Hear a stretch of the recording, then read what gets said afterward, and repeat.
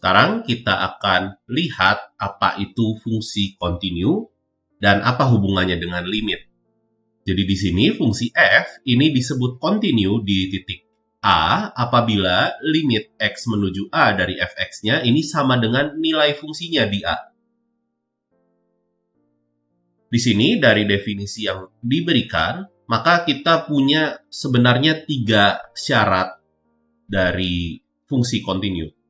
Yang pertama, fa-nya harus terdefinisi dulu. Yang kedua, limit fx untuk x menuju A ini harus ada. Dan yang ketiga, jika kedua objek atau ekspresi tersebut sudah ada, maka kita bisa bandingkan dan hasilnya harus sama.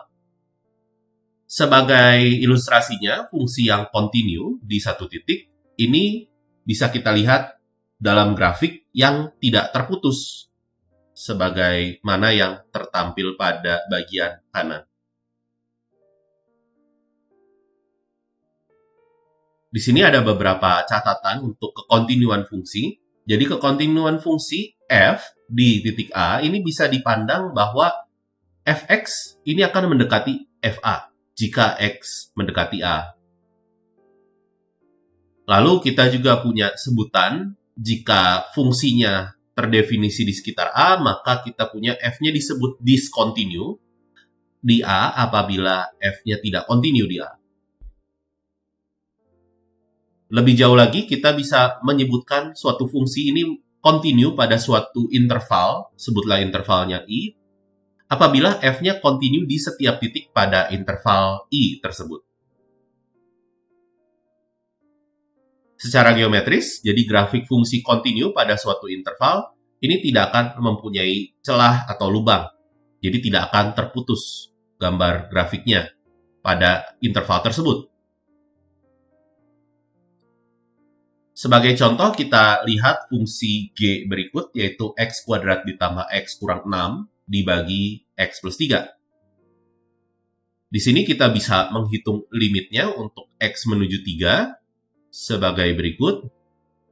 Dan kita bisa sederhanakan, dan kita bisa peroleh hasilnya adalah minus 5. Namun kita tahu bahwa G dari minus 3 kita tidak bisa hitung.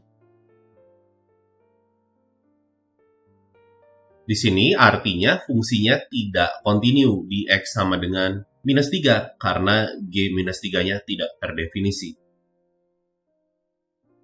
Hal selanjutnya, di sini kita bisa membuat atau mendefinisikan ulang fungsi G agar dia kontinu di minus 3. Dengan cara kita buat ulang fungsinya menjadi G tilde sebagai berikut. Jadi kita beri kasus, untuk X-nya tidak sama dengan minus 3, kita akan salin ulang fungsinya. Dan untuk X-nya sama dengan minus 3, kita buat nilai fungsinya sama dengan limitnya.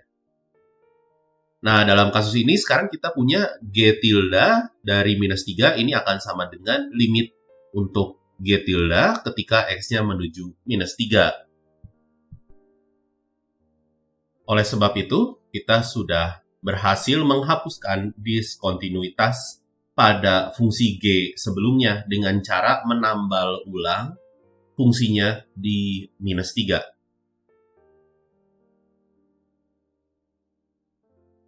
Di sini kita akan lihat beberapa jenis diskontinuitas yang lebih lanjut. Jadi untuk kasus pertama ini adalah diskontinuitas yang dapat dihapus. Hal ini bisa terjadi karena salah satu dari kedua kasus berikut. Jadi di sini ada fungsi yang tidak terdefinisi di suatu titik, ini seperti ilustrasi sebelumnya, fungsi G yang sebelumnya, atau nilai fungsi dan limit di suatu titik tersebut, ini keduanya ada namun tidak sama. Nah, ini bisa dihapuskan dengan cara kita mendefinisikan ulang nilai fungsinya agar sama dengan nilai limitnya di titik tersebut. Sebagai berikut. Maka dari itu, diskontinuitasnya terhapuskan di sini. Kasus kedua ini diskontinuitas tak hingga. Hal ini bisa terjadi apabila limit kiri atau limit kanan dari fungsinya ini tidak ada karena menuju tak hingga atau minus tak hingga. Dalam kasus ini diskontinuitasnya ini tidak bisa dihapuskan karena kita tidak bisa mendefinisikan nilai fungsinya yang sama dengan nilai limitnya. Akibatnya di sini kita tidak bisa membuat fungsi ini continue di titik tersebut. Lalu kasus ketiga ada diskontinuitas loncatan.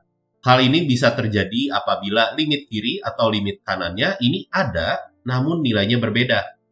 Dan di sini kita juga mempunyai salah satu kasus diskontinuitas yang tidak bisa terhapuskan, karena kita tidak bisa mendefinisikan nilai fungsi agar limitnya sama. Bahkan di sini limitnya sudah tidak ada di titik tersebut. Selanjutnya kita lihat istilah terkait kontinu sepihak. Jadi di sini fungsi f disebut kontinu kanan di A apabila limit kanannya ini sama dengan nilai fungsinya. Dan disebut kontinu kiri di A apabila limit kirinya ini sama dengan nilai fungsinya.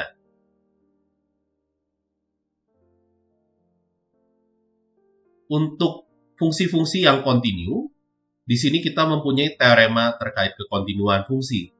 Jadi misalkan kita punya f dan g ini dua buah fungsi kontinu di A dan C. Ini sebuah konstanta. Maka fungsi-fungsi berikut ini kontinu di A. F tambah G ini kontinu di A, F kurang G, C dikali F kali G, dan F bagi G. Di sini F bagi G ada syaratnya yaitu penyebutnya tidak nol di A. Dan beberapa fungsi terkenal yang sudah kontinu pada daerah asalnya adalah sebagai berikut.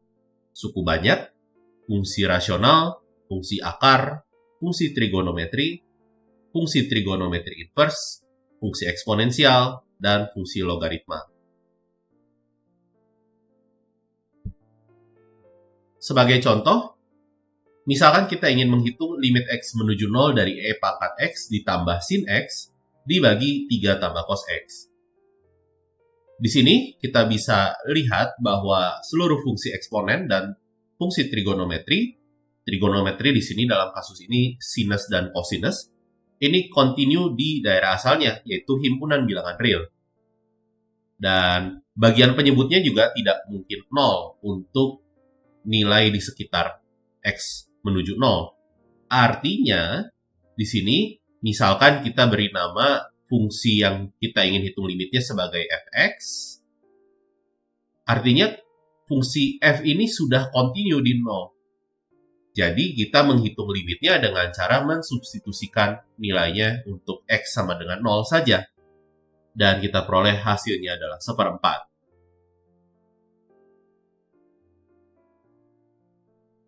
Selanjutnya kita akan melihat kekontinuan dari komposisi fungsi.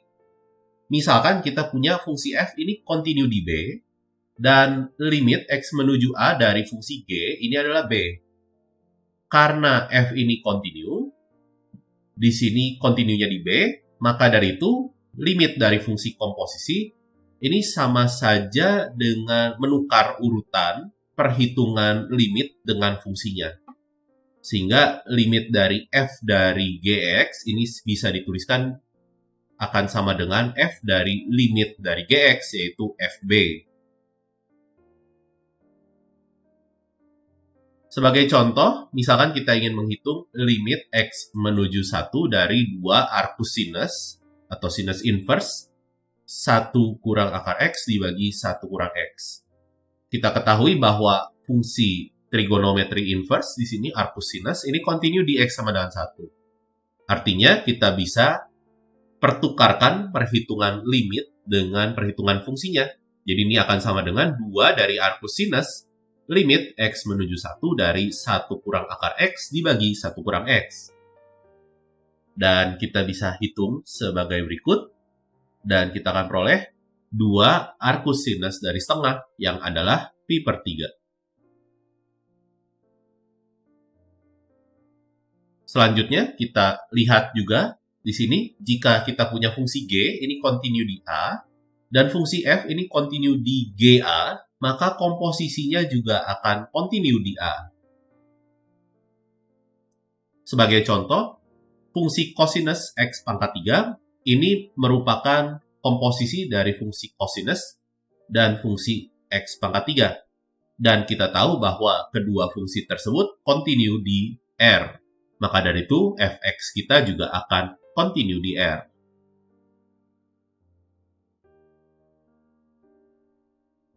Terakhir, kita akan melihat teorema nilai antara. Teorema ini menjamin suatu akar pada interval tertutup untuk fungsi yang kontinu.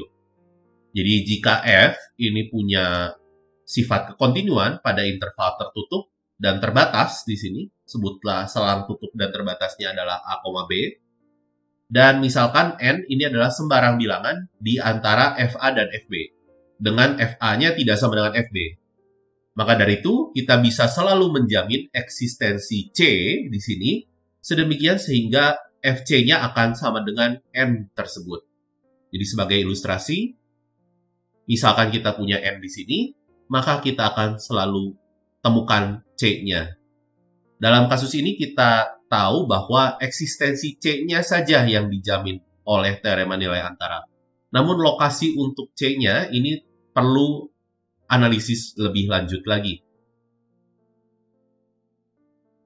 Tentunya C yang bisa kita peroleh belum tentu tunggal. Dalam kasus ini, untuk kasus N yang ini, kita bisa peroleh 3 buah C untuk ilustrasi grafik fungsi berikut. Sebagai contoh, kita ingin membuktikan bahwa ada penyelesaian dari persamaan berikut. 4x pangkat 3 dikurangi 6x kuadrat ditambah 3x kurang 2 sama dengan 0 pada interval tutup dan terbatas 1,2. Dalam kasus ini kita coba definisikan dulu fungsi polinomialnya atau fungsi suku banyaknya. Di sini kita tahu fungsi suku banyak itu continue pada R, maka dari itu dia juga continue pada interval 1, 2. Lebih jauh lagi, kita bisa hitung F1 dan F2 sebagai berikut. Dan kita bisa lihat bahwa F1 ini negatif dan F2 positif. Artinya melalui teorema nilai antara, kita bisa jamin akan ada C di dalam selang atau interval terbuka 1, 2, sedemikian sehingga FC-nya akan sama dengan 0. Artinya kita sudah berhasil membuktikan bahwa akan ada penyelesaian dari persamaan tersebut pada interval yang diberikan. Namun lebih jauh lagi, kita bisa membuat selangnya atau intervalnya lebih sempit lagi. Kita bisa lihat untuk F1,2 dan F1,3 ini mempunyai nilai yang berbeda tanda. Artinya, teorema nilai antara bisa menjamin bahwa penyelesaiannya akan berada di antara 1,2 dan 1,3. Lebih jauh lagi, kita bisa persempit lagi interval yang diinginkan. Dan kita bisa peroleh perhitungan berikut, dan teorema nilai antara bisa menjamin penyelesaian akan berada pada interval 1,22 dan 1,23. Dan trik ini bisa dilakukan untuk menentukan taksiran penyelesaian persamaan tersebut dengan cara memperkecil interval yang masih memenuhi teorema nilai antara.